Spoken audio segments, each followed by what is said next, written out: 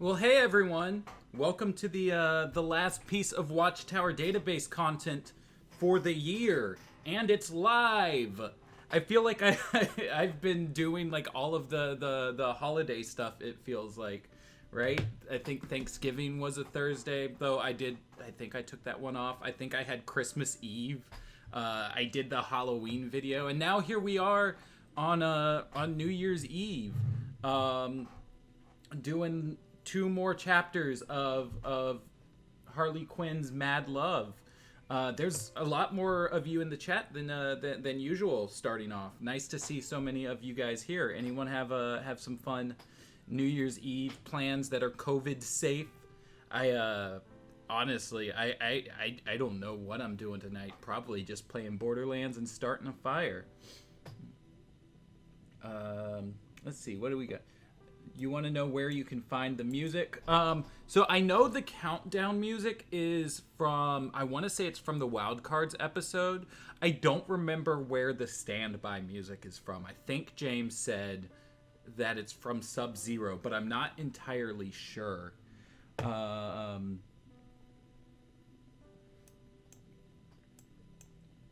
Greg's got a quarantine. I feel you, Greg. I'm doing the same thing.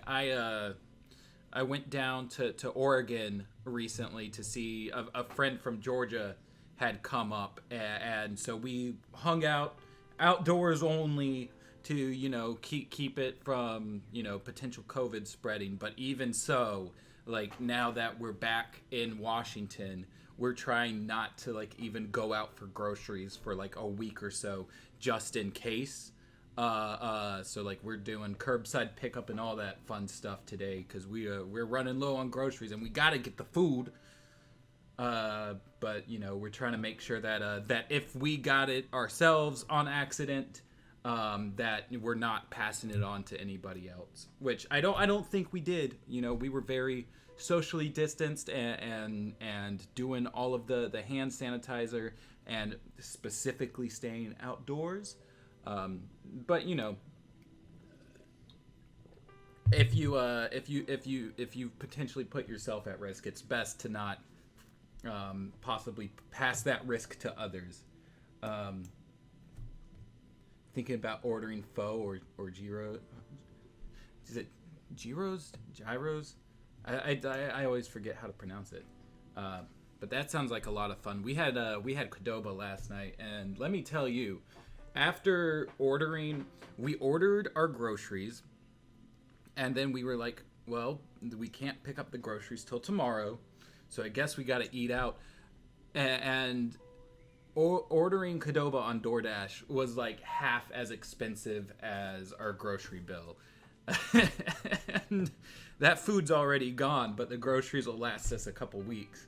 And it's making me realize how much of a waste it is to eat out.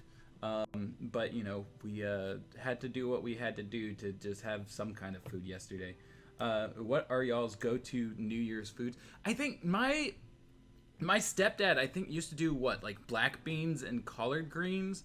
Like there was some kind of tradition, like Southern tradition about it. Like the green is for like luck with money in the New Year's or something. I don't remember. It was a weird thing though. Oh shoot, you have COVID? I'm so sorry, Greg. That's disappointing. That's I hope that you get through this well. If I remember correctly, you said you were a bit on the younger side, so I'm thinking that your symptoms may not be as serious as someone older who has pre-existing conditions and stuff they gotta deal with. But man, that still just doesn't sound like it's any fun. I'm hoping that you have a speedy recovery. Just finished watching Hassan Piker's old interview with Michael Brooks. No idea what I'll do once this is done. I don't think I've seen that one. I love Michael Brooks to death. I've never been a huge Hassan fan. He seems like he means well, but a lot of the stuff he says is kind of dumb, and I'm just like, bro, come on, man. I know that like he's trying to appeal to a younger audience, but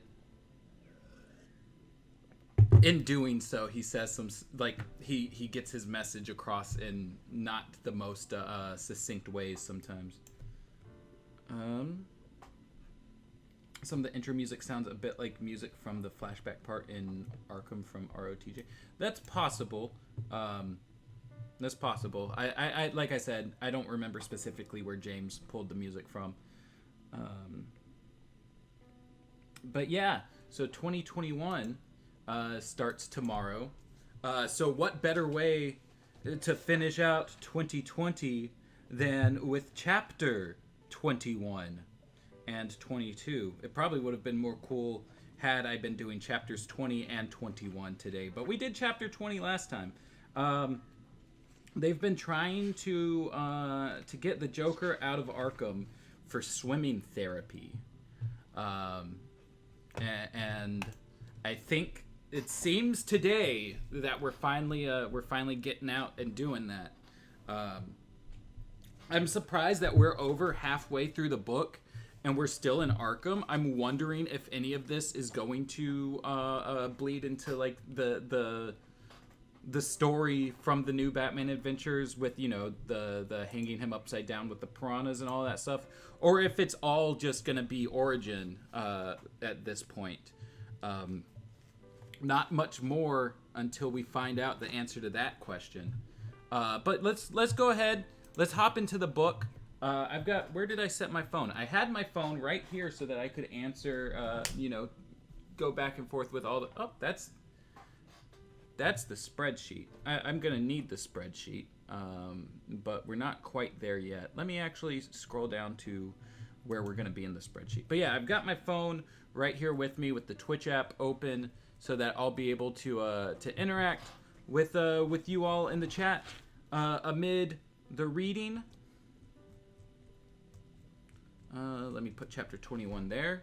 That way we've got room for notes. All right. There we go. So we're in chapter 21. They're trying to get to some swimming therapy.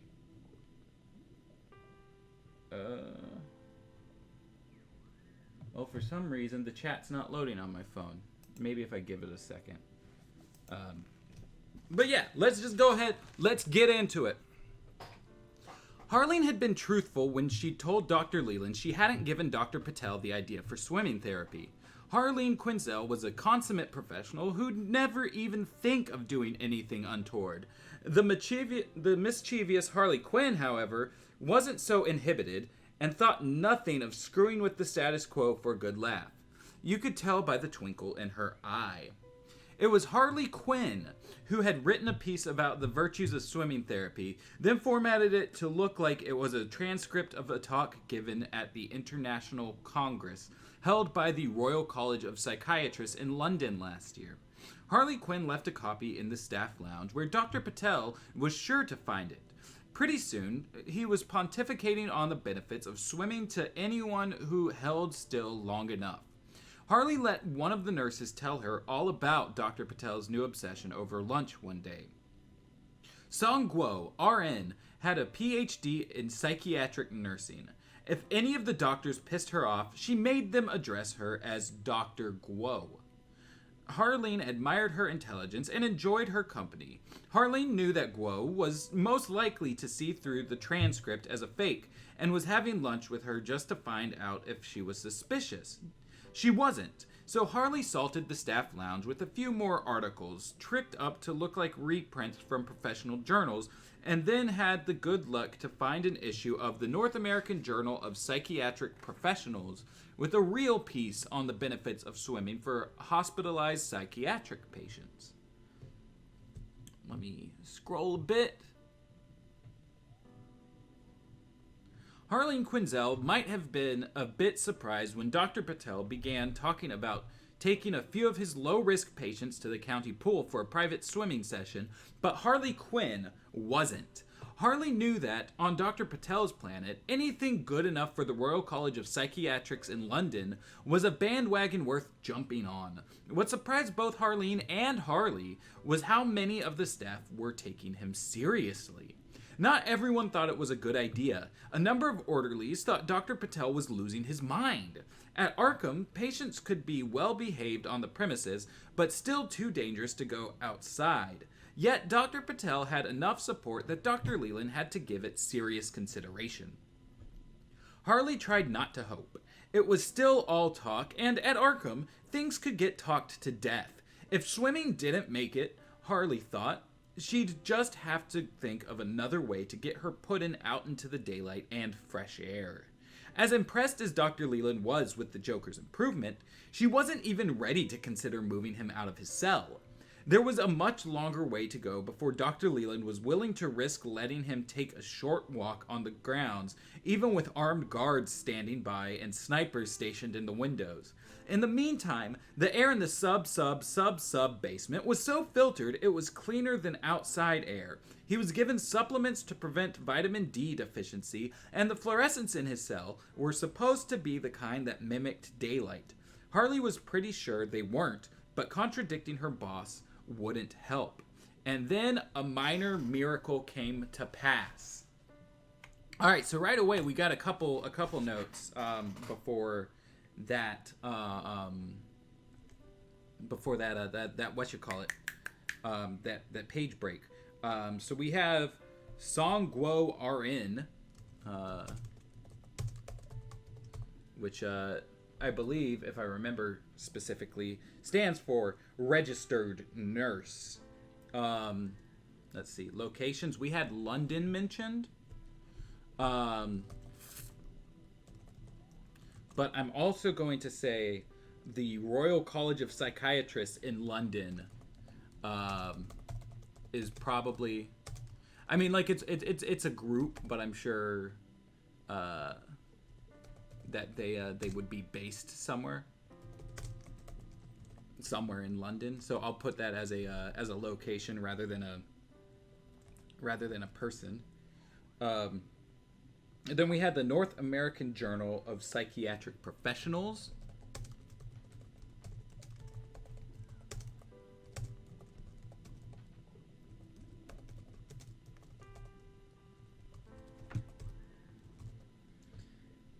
And was that it?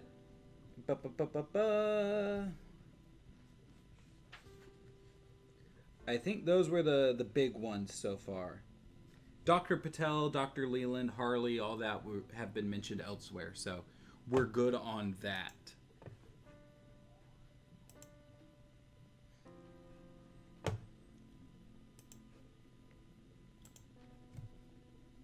Arkham is decked out. Oh, for sure. For sure, especially the sub basement. But this version of Arkham is pretty current. So, you know, Joker has fluorescent lights. Harley has an iPad type tablet. They probably have HBO Max. But yeah, they're very very much in the future of where tech was in the actual Batman the Animated Series timeline. When Harley heard Dr. Leland had okayed a trip to the county pool for Dr. Patel and his 3 most well-behaved patients, she thought it was a joke, but Dr. Patel assured her it was true. Dr. Leland will be going with us, Dr. Patel told Harley when she asked, along with 2 nurses and 3 orderlies in a prisoner transport van with 2 drivers experienced at transporting high-risk prisoners. He gave a short laugh. None of my patients are high risk at this point, and I doubt that Dudley Guerin ever was. They didn't call him the Dud, ironically. Maybe at one time they did, Harley said. Dr. Patel gave another short laugh. As if criminals even know what irony is, he said, and walked off before she could ask him when the trip was scheduled for. Why would criminals not know what irony is? That just seems a bit needlessly condescending. Harley stared after him, thinking the way he underestimated his patient's intelligence was abusive and unfair. She would have pointed it out to him, but he'd never have listened, because he underestimated her, too. A little later, Harley learned from Nurse Guo that the trip to the county pool was 2 weeks away. Dr. Leland had reserved the pool for the entire day so the patients would have the whole place to themselves without anyone staring at them. Plus, if anything did happen, there'd be no risk to innocent bystanders or by swimmers. Dr. Leland herself would not be going in. She would remain fully clothed and observe. 2 weeks was a nice long grace period. Let me scroll that up. 2 weeks was a nice long grace period too, Harley thought. It gave Dr. Leland plenty of time to change her mind. It would also let her gauge how the other patients at Arkham would react. If the upcoming trip created too much unrest, she could call it off. Dr. Leland was nothing if not shrewd. Shrewdness, however, was no match for a perfect storm of circumstance. So let me drop that 2 weeks in real quick since they just gave us another page break. The trip to the county pool was scheduled to be in 2 weeks. And that's on page 175 in the print. So I'll put that there. I believe I've been going off the print pages rather than the PDF pages, just so it's easier for me to find later. Let's see. I haven't been to the previous streams too much, but I'm hoping Arkham is a bit more accurate to psych wards in this. So it kind of is. A lot of this book has been about modernizing the story of Mad Love to fit today. So they've been doing things that are a bit more progressive, and a lot of Arkham, I feel like, has been going for, like, yes, they have the criminally insane, like, Joker and Zaz and Hugo Strange and Baby Doll and stuff like that. But they've also been, introducing all of these other characters that, like, are brand new to the Batman mythos. Like this Dudley Guerin guy. To kind of be like, not everybody with mental issues is an evil, an evil sack of shit. As well as, like, since we've been spending more time in Arkham, like, we've been getting to see them, act much more professionally and in depth with the characters that are in there. The downside is that, most of our time in Arkham is spent through the lens of Harley Quinzel, who, despite the fact this book makes her out to be a lot more smart, a lot more capable, and have a lot more agency than she did during, the original run of Batman the Animated Series. Like, instead of sleeping with her professors, she's actually good at school in college. But despite all that, we all know where the story is going. So as soon as she starts falling for Joker, some of this stuff is getting thrown out the window, and she's just all of a sudden not quite as smart as she has been the rest of the book. So that's kind of a bummer. They're trying to explain that away as when Harley was younger in this book. She had her dad was a criminal, and he was he was tracked down by some guys after in his gang or whatever, after kind of ratting them out to the police about some kind of bust, or not bust, but some kind of heist that they were pulling off. He tipped off the police, so these folks tracked him down and beat the shit out of him. And then the police took him in and treated him like he was the bad guy, because he is a criminal and was running away from the law and shit. And Harley, is a child, so the whole time she's just like, hey, no, my dad just got beat up by these guys. What the fuck is going on? Why are you treating him like this? And so the way that they're explaining her falling for the Joker is that because she's got that in the back of her mind throughout the whole story, she has a distrust for authority and is thinking that it's possible that Batman is acting without impunity the same way that the cops, treated her father when he was in need. And so she thinks that, the Joker's not as bad as everyone's making him out to be. And, like, within the context of the story, I get it. Like, you've got to find a way to, bring this into modern times and then make sense of that twist.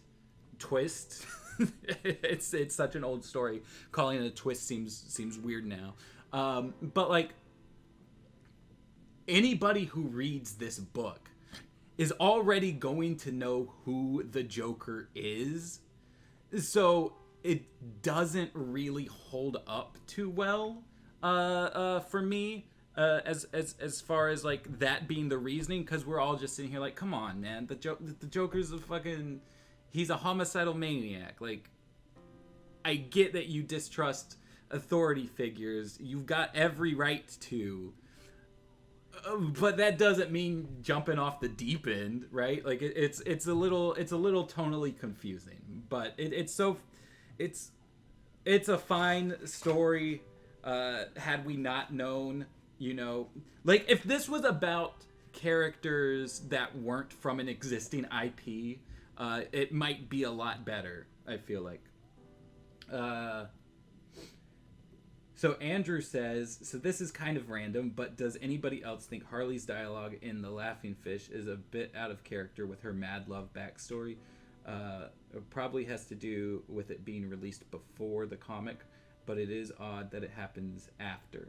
I'm not specifically sure which dialogue you are referring to from Laughing Fish, but it's possible that you are correct in your assumption, but I just don't know which part specifically you're talking about. Or like lesser known, already established characters. Yeah, I mean, like had this not been about characters that have, an 80-year history, like the Batman and the Joker, it probably would that reframing of, the psychiatrist falling in love with her patient would probably make a bit more sense. Have I heard about the new Justice League Beyond TV series that's coming to HBO Max? I have not, and I will bet you anything that that story is fictitious and not real. I know there was recently an article going around about a Batman the Animated Series sequel coming to HBO Max, and the source was We Got This Covered, which is not a news site at all. They just make shit up 9 times out of 10. But I haven't seen anything about Justice League Beyond. Mad love, but make Harley Barry Allen and Joker Professor Zoom. Oh no.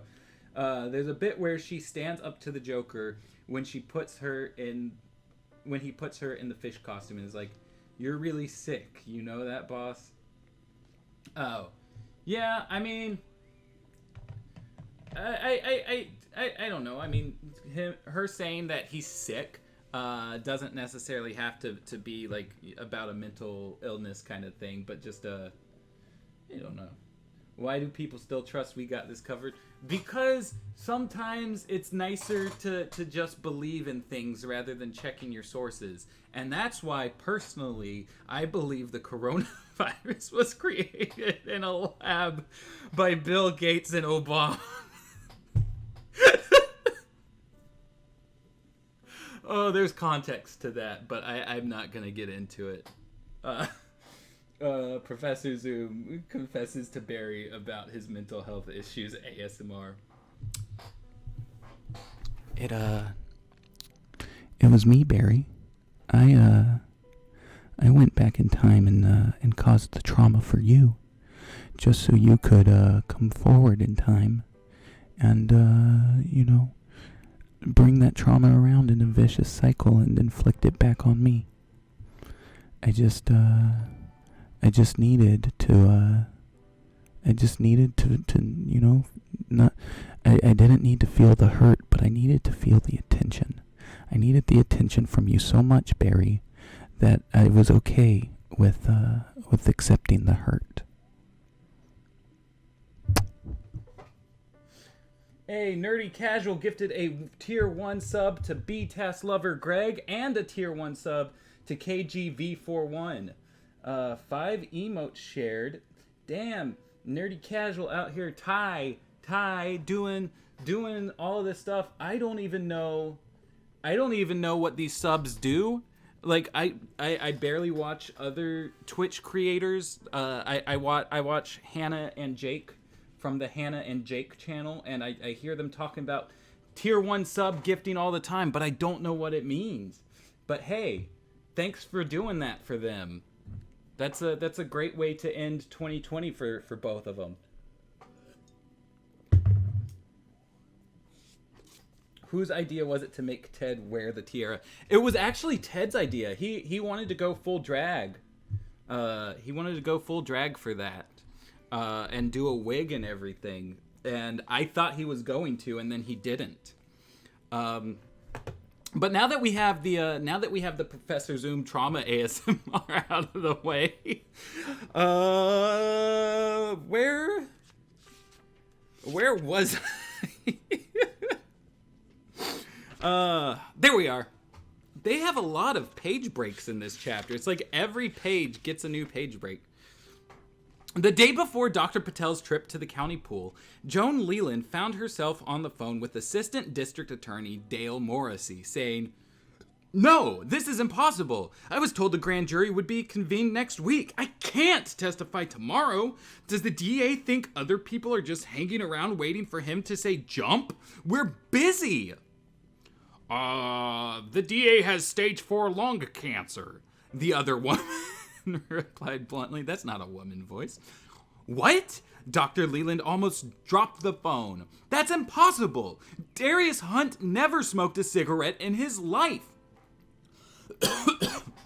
So this must be before Harvey Dent was district attorney. Or afterwards, and he's in Arkham and all that. Who knows? "Believe it or not, Dr. Leland, an awful lot of lung cancer patients aren't smokers. As I understand it, Darius has a rare form related to extreme stress." Dr. Leland put her elbow on her desk and rested her forehead on her free hand. How in God's name did he let it go on for so long? He's busy," Dale Morrissey said flatly, and Dr. Leland felt stung.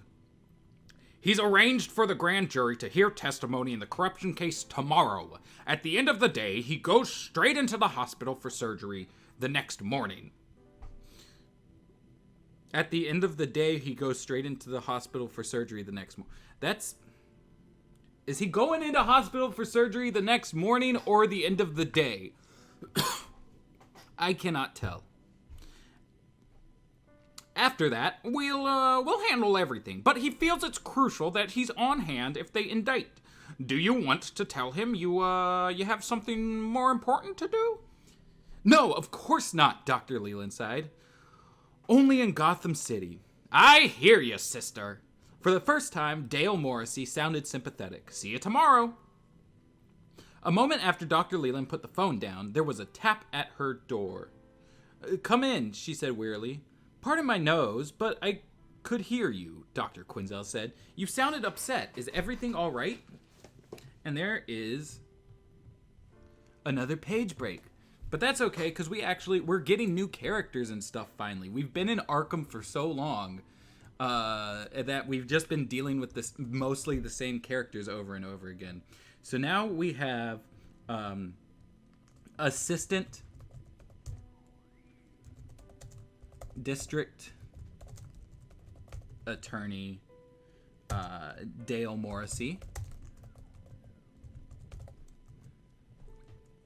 And, I accidentally hit enter instead of control enter. And we have a regular district attorney.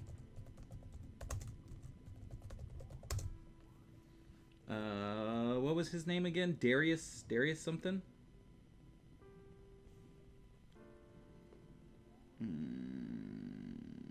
Darius. I've got Darius, but I'm not seeing the last name. The DA has stage 4 lung cancer. Darius Hunt. I found it. Oh, District Attorney Darius Hunt. Page 176 is a day before the pool trip. And then Darius Hunt is to get surgery the day after the pool trip.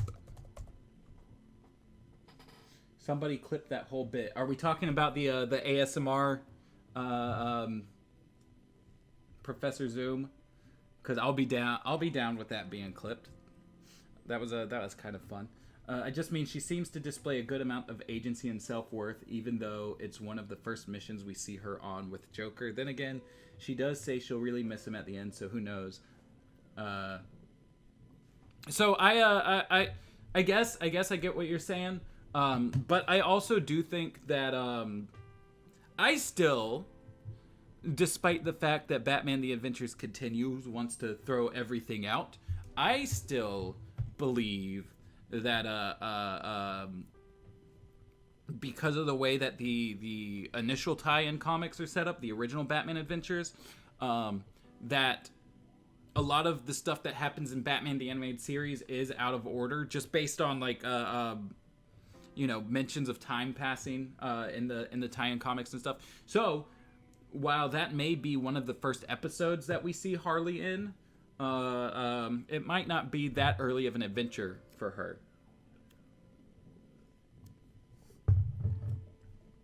You thought that was Bill Gates ASMR? God, I don't know. God, what does Bill Gates sound like? So, me and my friend Obama, we created the coronavirus. But don't worry about it. It's only a bad flu. So don't worry about it too much. But we created it with China. So it's kind of a threat, right? If you're believing this conspiracy, then you think it's kind of a threat. But don't worry about it. It's just a bad flu. It's not even really a threat. We just did it so we could make vaccine money because we're rich and hurting for money. We have so much money and yet we don't have enough money and we needed more money. So we created a virus to make more money.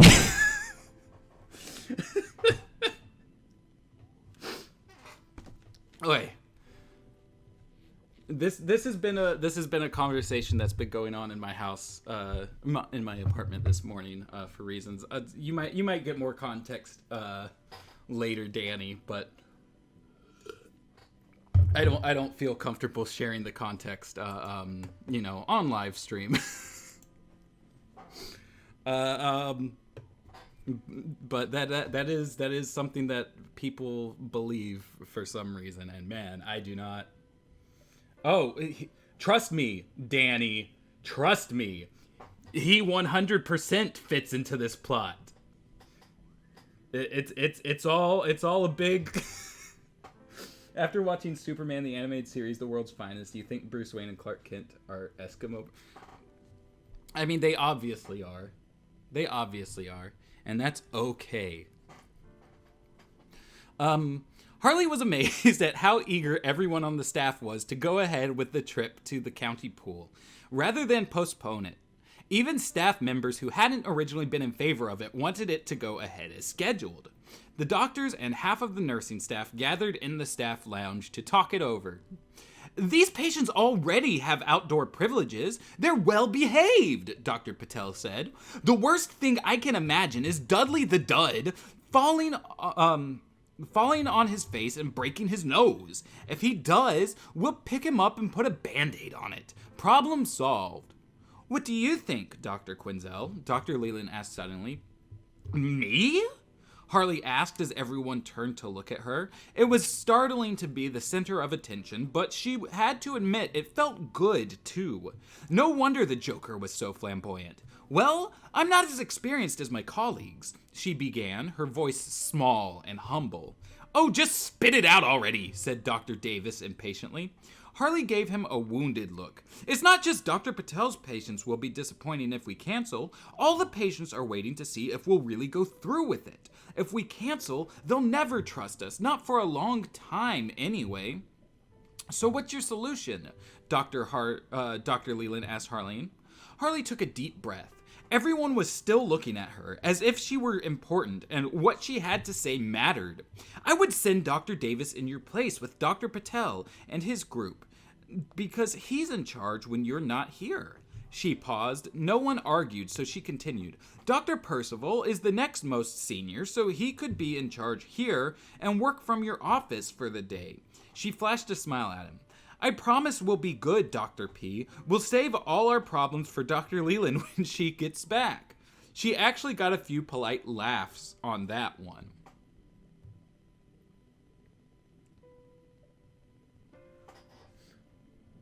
Excellent. It would feel wrong to exclude. Oh, he's not excluded. They're all a cabal. Dr. Leland stared down at her hands, folded in her lap for a few moments, and then she looked around the room. All those in favor of Dr. Quinzel's suggestion? Everyone said aye. Harley hoped she didn't look as boggled as she felt. The ayes have it, Dr. Leland said. I'll have my phone with me, except when I'm testifying, so I'd like updates via text and email throughout the day, even if it's just to say everything's great or boring or whatever. I'll leave other contact numbers with everyone in case there's an emergency and my phone battery dies. And I want extra staff on duty here tomorrow. I'll authorize a full day of overtime for everyone who comes in. You can depend on us, Dr. Davis assured her solemnly. Everyone made noises of agreement. I still don't like letting this go ahead without me, Dr. Leland said, talking over them. But I agree with Dr. Quinzel. Canceling at the last minute will hurt patient relations. As the meeting broke up, Dr. Leland asked Harley to come back to her office for a few minutes. Harley was still feeling a bit bowled over. Perhaps the other doctors would have said exactly the same thing she had, but Dr. Leland hadn't asked them. She'd made it Harley's suggestion, then followed it. Does your star patient have any feelings about this excursion? She asked, motioning for Harley to take the chair in front of her. I think he's just waiting to see what happens, like all other patients, Harley said. I should get back to him. He's probably getting anxious. Oh? Dr. Leland's expression turned wary. Does he have a problem with your absences? Harley shook her head. Not with my scheduled absences, but unscheduled absences are different. He's so dependent on me right now. If I'm away for too long, he starts feeling a bit lost. Please tell me you go home to sleep, Dr. Leland said. That's a scheduled absence, Harley said. She didn't mention she'd given the Joker a smartphone for those times when he woke up in the middle of the night, feeling frightened and alone. Patients weren't allowed to have phones, but who else was he going to call? His old gang was scattered, in jail, or on the run. He had no one else in the world, only her. Did he say in so many words he feels lost without you? Dr. Leland asked. Who do you think is the most successful in their city, Lois Lane or Jack Ryder? It's got to be Lois. Right? We don't see a lot of Jack during BTAS and TNBA. Though to be fair, that's because Clark is more, his story's more based in being a part of the media than Batman's story is. So maybe Jack Ryder is a bigger name. Who knows? I do know that Lois, broke some stories about LexCorp corruption, but as far as Jack Ryder goes, he kind of seems to be just a local news guy who goes to the places where, oh, there's a museum exhibit going on today, or do you guys remember the time the Joker, right? Like, he just seems more like a local news anchor rather than an investigative journalist. Maddie, would you rather see a Justice League reunion or Batman Beyond CGI movie? That's a good question. That is a good question. I guess it would depend a lot on, like, what's going on in the Batman Beyond movie, right? Like, who's in it? What's the story? Like, because if the story was just that they're doing Rebirth, but in CGI, I don't know. I'm not really interested. So probably the Justice League reunion. Unless, of course, you know, the Batman Beyond movie could be placed after the series, and they bring back Will Friedle and Kevin Conroy, and it's actually about Warhawk and Cairo being space cops who are good buddies, and one of them's too old for this shit. Then I'll go with that movie. Lois is okay. So it looks like everyone's going for Lois. It's okay to break laws sometimes. Who's the more successful shady businessman, Lex Luthor or Derek Powers? Well, Lex Luthor never took over the Wayne Corporation. But also Lex Luthor never ended up... Well, no, actually he did lose his business whenever he handed it over to Mercy and she didn't give it back to him. So, you know, they both got their highs and lows. Let me see. Where was I? Not in so many words. There we go. Not in so many words exactly, but almost. Harley caught herself before she said he was an injured, abandoned child. She knew Dr. Leland wasn't ready to think of the Joker in that way. The woman had only begun to see there was more to him than the label homicidal maniac. Dr. Leland didn't know him the way Harley did, and probably never would, which was just as well. Harley wasn't comfortable with the idea of her boss getting that close to her puddin'. Dr. Quinzel? Dr. Leland was looking at her with concern. Are you all right? I'm sorry. Harley felt herself flush with embarrassment. I've got so much on my mind. You were saying the Joker is somewhat dependent. Dr. Leland's concerned expression intensified.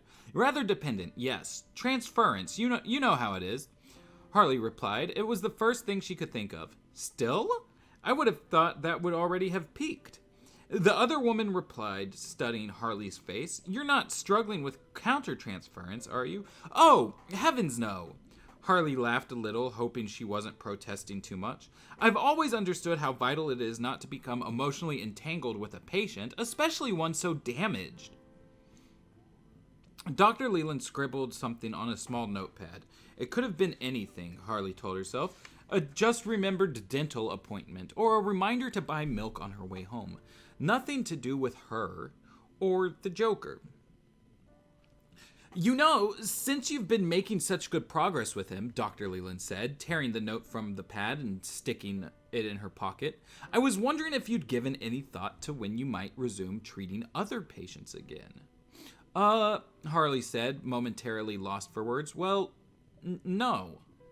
Don't worry about it right this minute, Dr. Leland replied. We can talk about it after I get back the day after tomorrow. Sure, Harley said as she stood up. I really should, go. Back to work. She headed for the door. Not so fast, Dr. Leland said. Harley froze with her hand on the knob. You've fallen behind with your daily reports. I have? Harley said, hoping her tone of innocent surprise sounded genuine.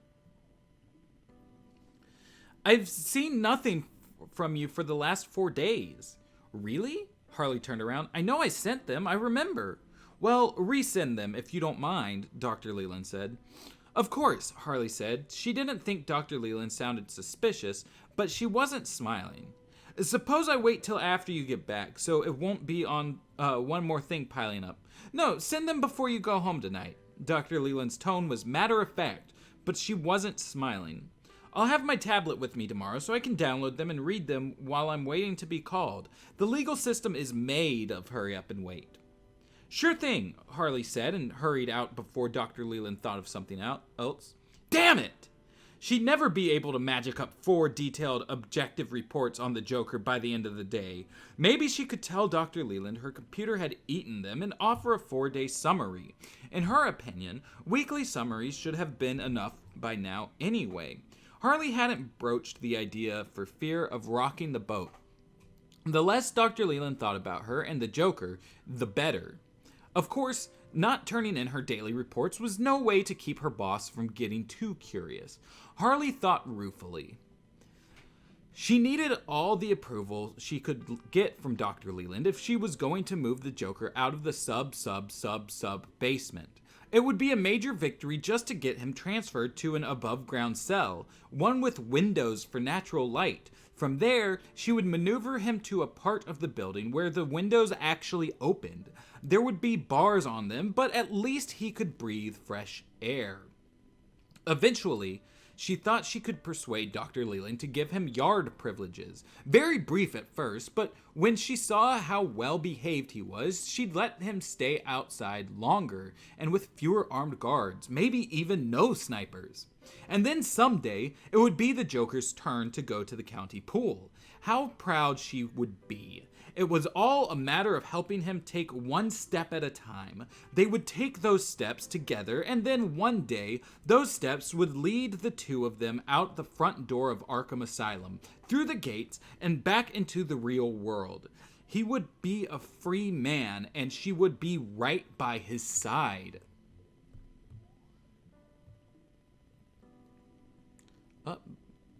Where did it go? That's not even the right page. Oh, okay. It just went down to the next page all by itself. Got it.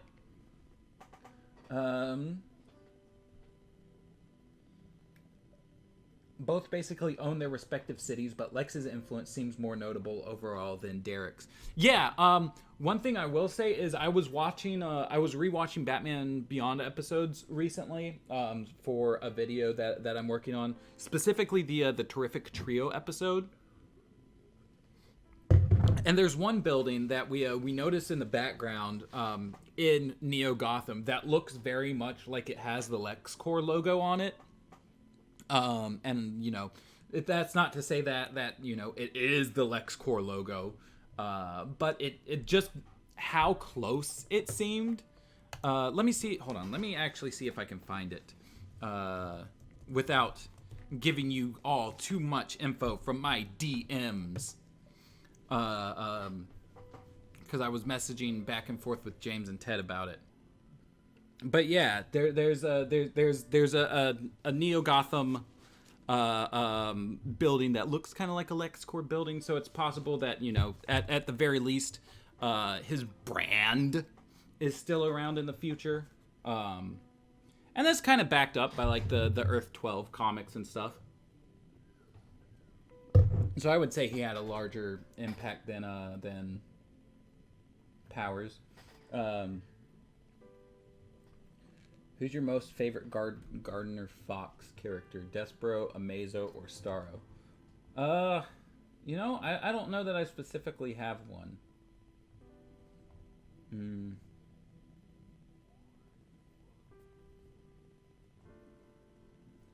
Who's that millionaire from Static? He's probably a distant third. Oh, Edwin Alva. I feel like Paul Dini wants to make people feel more for Harley.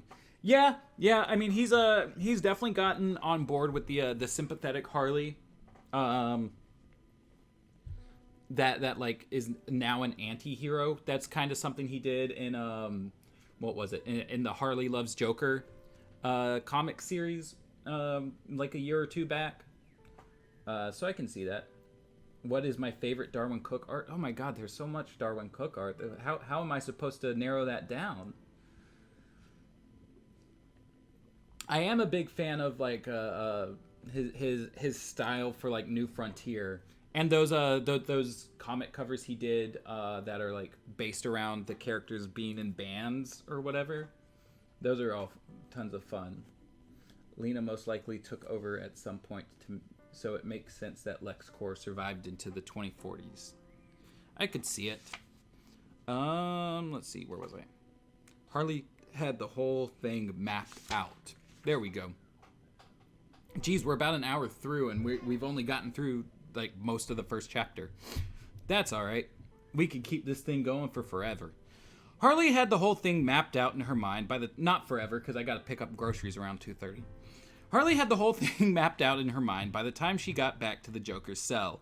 Except when she laid it all out for him, his reaction wasn't what she'd hoped for. And, let me try to find my Joker voice. And, how long... I can't do it today. How long will this brilliant scheme of yours take? The Joker asked her. How many decades? Not more than one, she told him, maintaining a cheerful, encouraging attitude. Or not much more. But you can't look at it that way, not all at once. You have to take one step at a time, and I'll be right there with you. Easy for you to say. The Joker gave a hard, humorless laugh. One step at a time. You're with me all the way. But you're not. When it's quitting time, you get to knock off.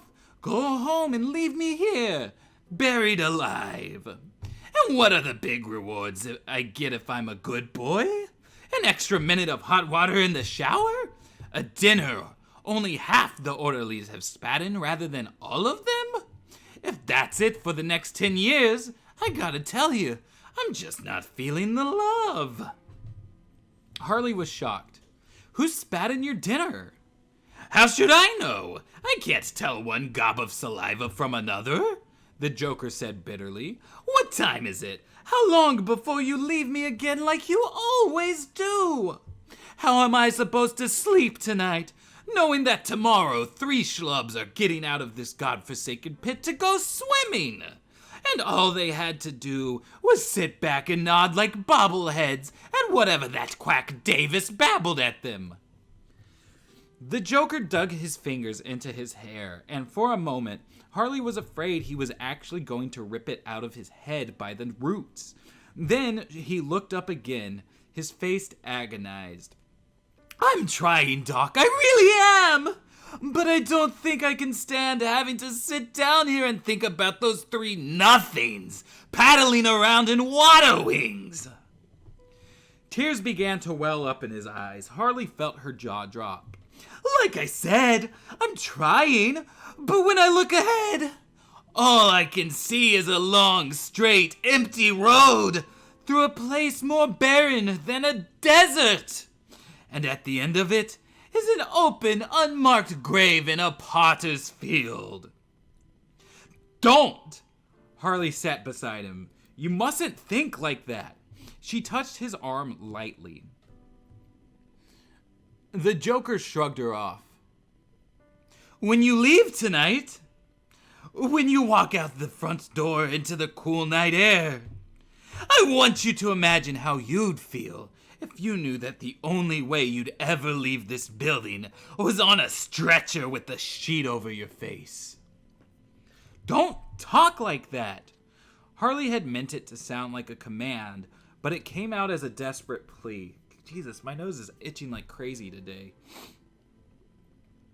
I would never let that happen to you. The Joker looked at her, and she had never seen his eyes so sad. I want to believe that, my dear. Dr. Harley Quinn. I really do. It just takes a little time, she said lamely. The Joker dropped his head. Of course it does, he said in a low, mournful voice. But maybe not much more than a decade, so I guess I should be glad about that. He took a long, shuddering breath. I thought you were different. I thought you understood that you have to be bold, daring.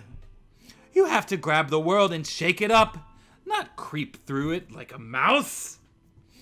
Harley knelt in front of him and took his face in her hands. Have faith in me, she begged him. I won't let you down. You'll see. He took a deep, shaky breath and looked up. His eyes were shiny, but not quite tearful. "You'll see," Harley said again in a whisper. The Joker leaned forward, and for a moment, she hoped this was the moment she had dreamed about, hoped for, yearned for. It wasn't. When his lips were bare inches from hers, he drew back and lay down on the bed with his back to her. "Good night, dear doctor," he said, speaking through a yawn. "Sleep well. Maybe tomorrow will be better." "Oh, Puddin', you have no idea," she told him silently. Okay, so we didn't get, as far as notes go for this last section of the chapter, we didn't really get a lot more. I know we had, we had a mention of Dr. Davis and Dr. Percival. I feel like we had both of them mentioned before. Yeah, Dr. Davis in chapter 17. Did we have Dr. Percival? It's looking like, just from a control F, that maybe not. Oh, yes, we did. All the way back in chapter 8. They first came up. So we've got them locked down. So really, the main thing to me that stuck out that needs to be mentioned is smartphones exist. Which, of course, wouldn't be a thing during Batman the Animated Series, but now that we are moving into modern day, they are a thing, and since they're modernizing it, they're here.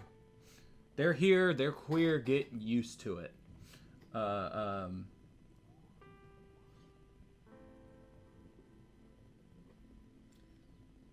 Now I want to see badass old businesswoman Lena Luthor in action.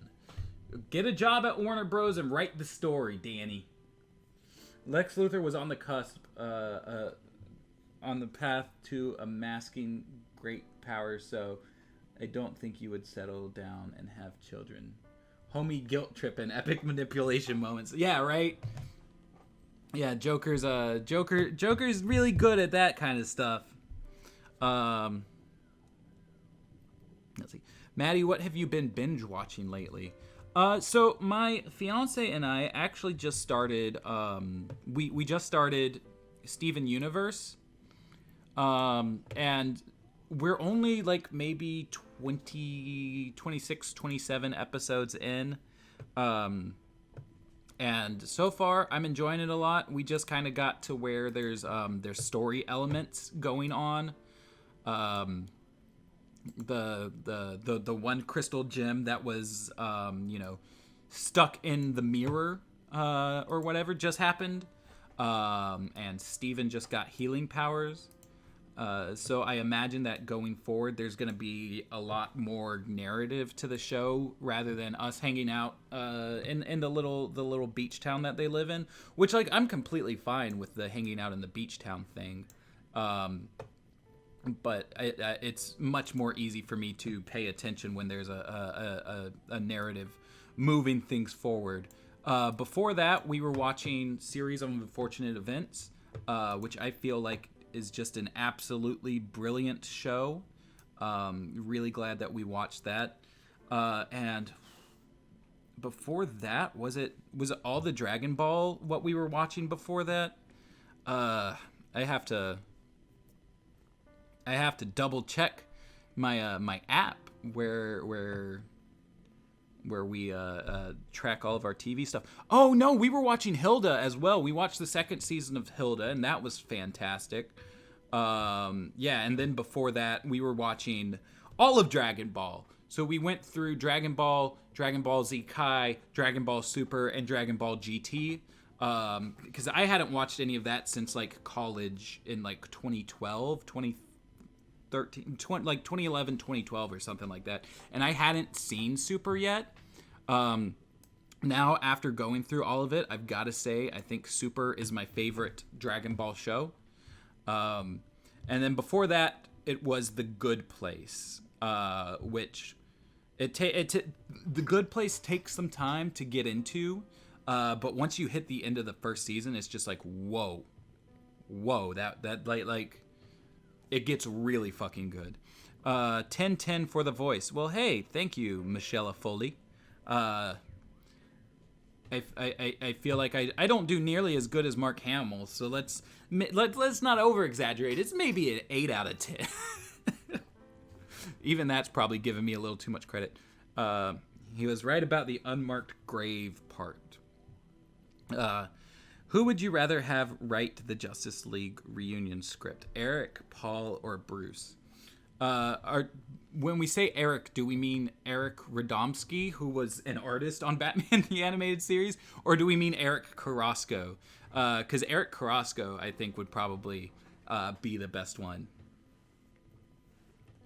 right? Just based off of like the recent DCAU stuff we've gotten, right? Paul Dini had Adventures Continue. Bruce Timm had Batman and Harley Quinn, and Eric had Justice League vs. the Fatal Five, which was the best out of those three. If you don't say Justice League vs. the Fatal Five, I don't think I trust your judgment. We know she exists due to a JLU background shot of a building with her name on it. We can infer that she's his sister in this canon and runs a business of her own. Or she's dead and it was a memorial. Bum, bum, bum. Steven Universe is amazing. Have fun with it. I'm having fun with it so far.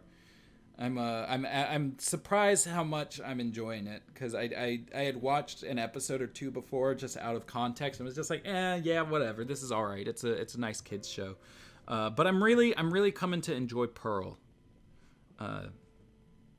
Lapis is one of the best characters in the whole series. Okay, so she comes back, I assume. I need to watch Hilda's second season still. I adored the first one, so hopefully...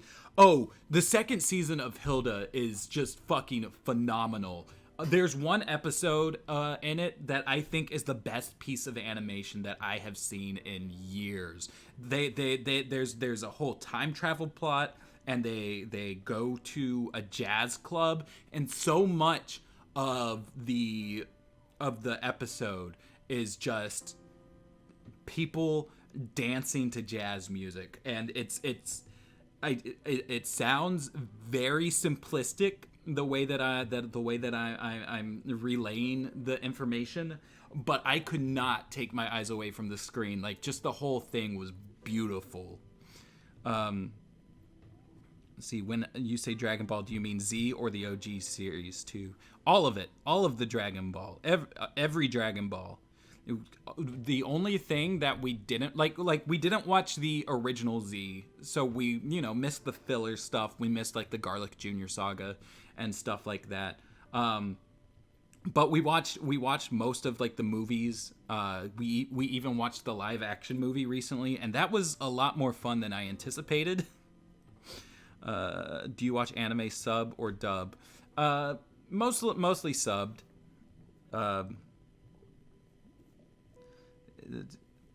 Let's see. Prepare for lots of feels, music, and redemption arcs. Oh yeah, no, absolutely watch Hilda. My only like misgiving with the second season was that because of how like binge TV works, it is like you consume all of a season at a time, and then you get no more of that world for a year. And by then you forget what's been going on. So, I would give season 1 a rewatch. I think what we're planning on doing right now is whenever season 3 comes out, rewatching seasons 1 and 2 beforehand. But it's fantastic. But we're here to finish these chapters, and this chapter is shorter, so I think we can get through it. In my book, it is 4.5 pages long.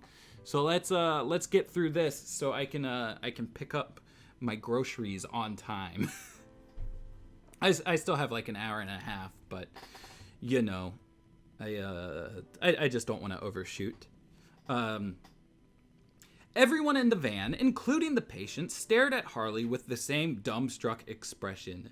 "Is this some kind of joke?" Dr. Patel demanded. "No," the Joker chuckled. "It's some kind of joker." Harley stepped on his foot, giving him a warning glance. It's part of his therapy, she said. The decision was last minute, but it's completely authorized. Before Dr. Patel could argue, she stepped back from the van's open side door and urged the Joker to get in. She was about to climb in after him when she saw that every seat was taken. Looks like you just got deauthorized. Dr. Patel twisted around to look at the Joker in the seat behind him. You, out. Stay right where you are, Harley ordered the Joker, who hadn't moved. I'll follow in my own car. My patient can ride with me.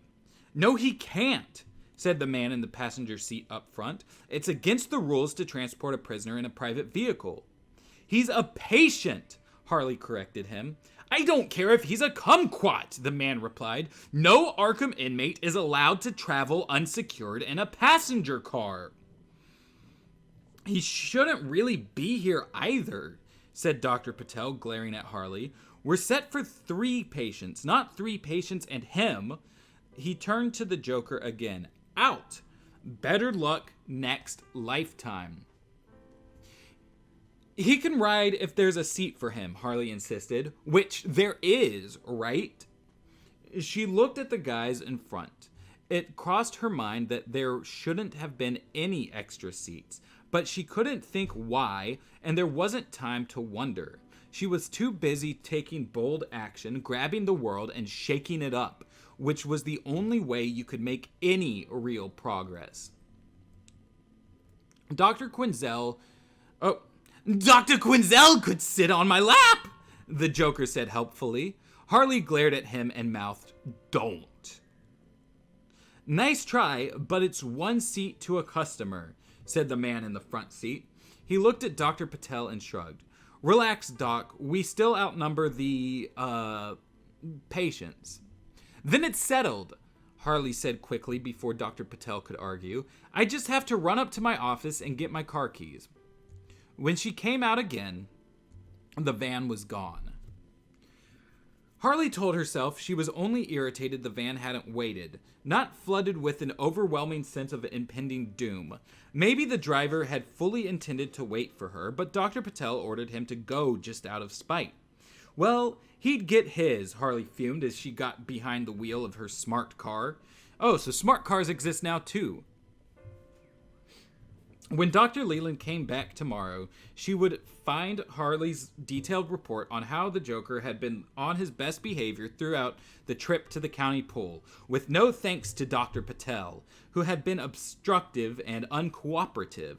Of course, Dr. Leland would be shocked at her daring to take such bold action. In fact, she would probably yell a little, or, okay, a lot.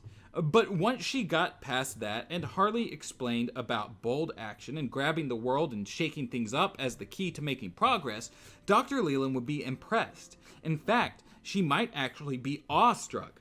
She tried not to show it because a boss wasn't supposed to be awed by their employee, but Harley would know she was.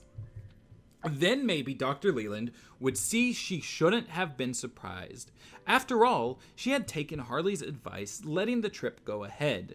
Surely she'd see Harley's taking the Joker to the county pool really had been the best way, the only way, to demonstrate how successful her program of therapy had been. She'd probably have to remind Dr. Leland how it was always easier to get forgiveness than permission. Harley just hoped her boss wouldn't praise her so much that it alienated the other doctors. Dr. Patel's head might explode. So, I guess I should, smart cars exist. So, there's that. And I guess, picks up the day after chapter 21, since we're going to the pool now. I recently researched The Killing Joke, and it's not as bad as I remembered. Are you talking about the Killing Joke movie? I still haven't seen that movie, but the comic itself is brilliant. Jucker equals Joker plus Tucker, I guess. Which Tucker, though? Carlson? Foley? Oh, no. No Tucker Carlson in my DCAU. I'm betting this is the awful week when he escaped. Yeah, it's that's what I'm getting. I'm feeling like the fact that the car left is a bad sign, and people are going to be dead, and that we might be leaving this off on a bit of a cliffhanger. Rewatched. Gotcha.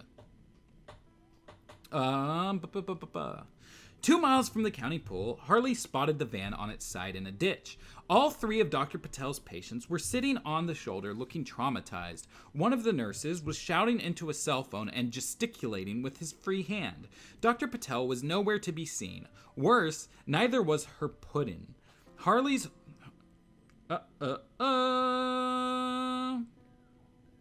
Told y'all.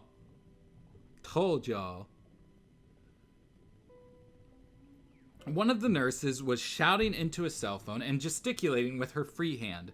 Dr. Patel was nowhere to be seen. Worse, neither was her puddin'. Harley's heart was pounding so hard, it was painful as she pulled into the breakdown lane, and she had trouble getting her door open because she was shaking with terror. "What happened?" she asked, running up to the nurse with the phone. "Where's my patient?" Nathan, the orderly, pulled her away from the nurse, who turned his back to her. "We had an accident," Nathan said. "Thanks for that, Captain Obvious," she snapped. "Now where's my patient?" "Dr. Patel is in the van," Nathan went on, holding her by her shoulders and talking into her face earnestly as if he thought she might not understand him. "We can't move him. The driver was knocked unconscious by the airbag." "My patient," she yelled. "How badly was he hurt?" "I don't know." Nathan looked annoyed now. "I'd say not at all, since he was the first one out of the van. Another car came along." "Oh my God, did it hit him?" Harley tried to pull away, but Nathan was too strong. "No, it didn't hit him," Nathan said impatiently. "The driver stopped, picked him up, and drove away, like they knew each other."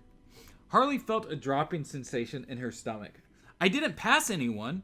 They went the other way, toward Gotham." Nathan gave her a little shake. "Dr. Quinzel, please, listen to me." Harley stared at him. "I am listening. God, what was wrong with him? Maybe he was in shock." "Emergency services are on the way, but I need you to take a look at Dr. Patel and check everyone else for signs of concussion or traumatic brain injury," Nathan said, trying to speak quickly while over-enunciating. "Can you do that for me, Dr. Quinzel? Someone could be hurt bad. We need you." The words snapped Harley into focus. "Of course," she said. "Where's the first aid kit?" This motherfucker gave Joker a smartphone and then said, "Let me take him out of Arkham." Like, bitch, you should have known better. You were set up to be smart this whole time. And yet, she did not see what the issue would be of giving Joker a smartphone in which he can contact the outside world and arrange for this whole nonsense to happen.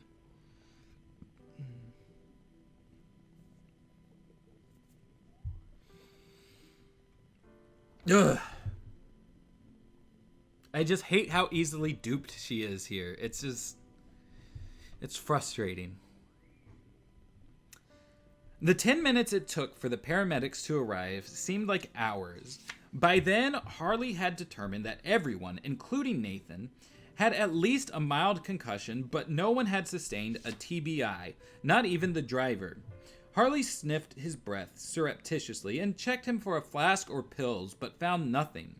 If he'd been DUI, he'd hidden it well. But she'd tell the paramedics to test his blood for everything. If he was drunk or on drugs, she would kill him with her bare hands. Dr. Patel was in very bad shape. He had dislocated his left hip and broken his tibia, and possibly his fibula on the same side. Why he wasn't screaming was beyond her. His 3 patients had come through with contusions that would be multicolored by tomorrow, but they were all right. She'd thought Dudley the Dud's nose was broken, but his eyes weren't black. Apparently, he just had a crooked profile. When the paramedics finally showed, the police were right behind them. Harley let Nathan deal with the paramedics while she told the cops her patient had been forced into a car and taken away from the scene right after the accident. They listened intently, taking lots of notes, all the way up until the moment she told them who her patient was. Immediately, they started pushing her toward their squad car, even though she told them she hadn't been in the accident and she had her own car. They assured her she would get her car back undamaged. Why had they felt they had to specify it would be undamaged, Harley wondered. Why wouldn't it be? And then they opened the back door of the cruiser, expecting her to climb in, and she flashed back to the last time she'd been in the back seat of a cop car. She knew damn well what would happen next. Harley pulled free and sprinted down the middle of the road, screaming for help. And that's where we end chapter 22. There doesn't seem to be a lot to note there. I think Nathan the Orderly was mentioned as far back as chapter 19, so no new characters or anything. But yeah, I'm assuming that this is the part where Joker was on the lam for like 3 weeks or whatever. You're literally giving him TikTok. We don't need Joker on TikTok. Oh no. Oh no. We need him on Twitter instead. Oh god, that might be even worse. I don't know who would be more entertaining on it, him or Riddler. No wait, Riddler is a Twitch simp. Oh geez. I don't know which would be where. I could see the Joker doing some TikTok dances, though. Would Maxi Zeus's Twitter be one of those roleplay accounts where he acts like Zeus? I mean, clearly. In real life, only low-risk patients who bring themselves in get phones with chargers, and even then, that's being generous depending on which ones you look at. She's just breaking rules. Well, yeah, because, you gotta have nice, bold action to make things happen. You know what they say, well-behaved women rarely make history. And that's why Amy Klobuchar is... That's why Amy Klobuchar was able to run for president after throwing binders and staplers and whatever at her staff. Because she's not well-behaved, and so she's making history. Everyone would think he's an RP account. Pretty much. But yeah, so that's... What C-lister Batman villain do I hate? I don't know. I don't really hate any Batman characters that I can think of. I don't know. I don't think there's any that I hate. But that's the end of chapters 21 and 22. I got to start figuring out what I got to do to prepare to pick up my groceries. I gotta look and see if the Fred Meyer has given me any kind of notification saying when specifically they'll be ready, because the window that we went for is an hour-long window. So I gotta try to figure that out and everything. But I will be back on Saturday night at 6 p.m. Pacific time. I know that's 9 p.m. Eastern, but I don't know the other time zones. To do more Batman Beyond timeline shenanigans and stuff, and we'll be able to get to hang out for a longer time because I will have no responsibilities after 6 p.m. And then, of course, this Sunday we have the video that was supposed to come out when James got COVID is finally coming out. It's going to be our Batman Adventures Volume 2, like what could have happened situation. So keep your eyes peeled for that. Why am I doing this towards the... My phone's not the camera. That's the camera. Keep your eyes peeled. And then, as always, you know, Tuesday, Wednesday, Thursday at noon Pacific time, we do our Twitch streams. But with that, I do need to get out of here and start getting ready for responsibilities. So y'all have a good rest of your day. I will see you on Saturday, or you'll see me on Sunday, or maybe I'll see you, you know, later tonight when I get into the Discord voice chat with all of y'all, whichever ones of y'all are there. But take care. I hope you all have a wonderful rest of your day. Greg, if you're still here with us, I hope that you get to feeling better soon. Have a happy new year. I'll see y'all on the other side. And switch the game.